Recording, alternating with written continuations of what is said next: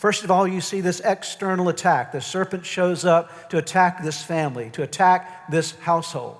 But now you see Adam and Eve in conversation with the serpent, yielding to the temptation of the serpent, and now they accept a level of personal responsibility. They ate of the tree of the knowledge of good and evil. Eve ate of it, Adam ate of it.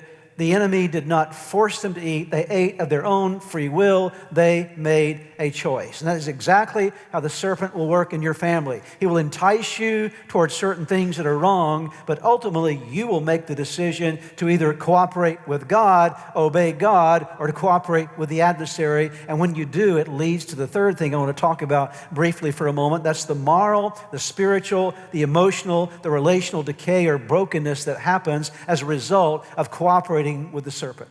I promise you that when Satan entices you towards something that is wrong, something that is away from God, he shows up in your house to attack you in a certain way.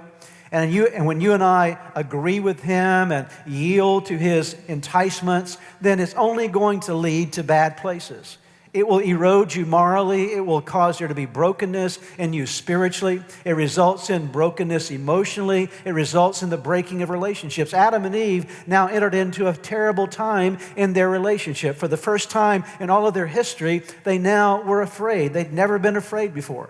They now recognized that they were naked and they needed to sew fig leaves together to cover themselves. So there's shame there in the relationship. There's fear, there's shame, and there's blame that begins to happen in the relationship. Everything is going downhill. Why? Because sin, the serpent, has entered in. And by the time you get to chapter 4 of this very same book, Genesis chapter 4, it's passed on to their children as well, and Cain murders his very own brother Abel. I will tell you, there's a serpent.